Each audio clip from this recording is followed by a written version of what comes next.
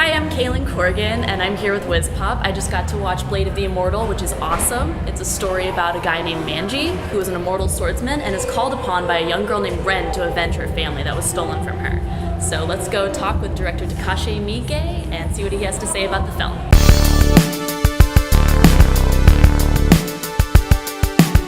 So, in 13 Assassins, one of the characters refers to being a samurai as a burden, and in Blade of the Immortal, one of the characters says that being immortal is a curse. How do these two concepts go hand in hand in your latest film? You know, in 13 Assassins, right, the protagonist is a samurai, and in order to survive, they have to really sacrifice themselves. They have to sacrifice their own life, and honestly, in that film, everyone dies. In contrast, in Blade of the Immortal, the protagonist he's kind of a dropout.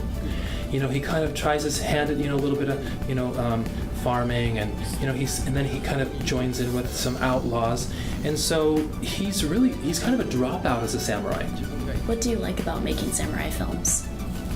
So what I really like about it is that with a sword you can change everything in an instant.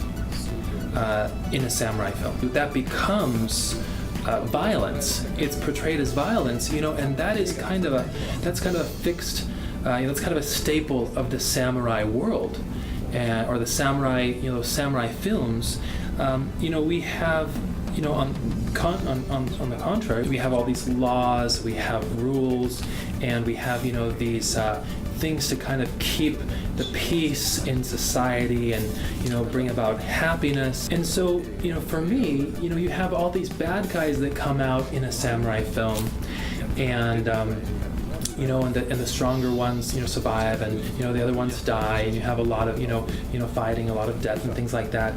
But for me, it's almost like I feel that kind of mirrors the human condition for me. It's a mirror to my stress. And in both Audition and in Blade of the Immortal, it seems as though there's women lashing out against men who have wronged them.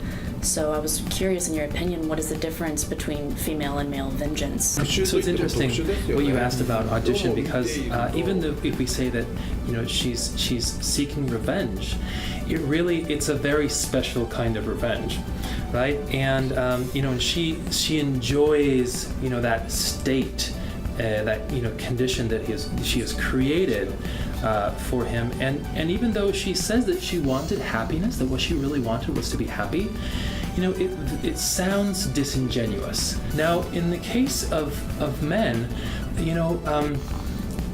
I think men have the tendency, when they're getting revenge, to be a little bit more direct, a little bit less subversive maybe, and a little bit less dark about it. So with this film, what was it like to inject so much humor into your story? Honestly, for me, it's because that's something that I personally need.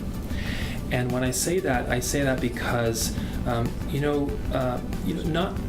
not really it's not from a film perspective, it's more from my own personal life.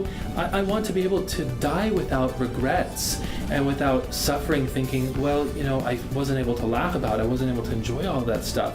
Now, I don't know if I'm going to be able to achieve that, but I think that's very important for people. I think it's an important question.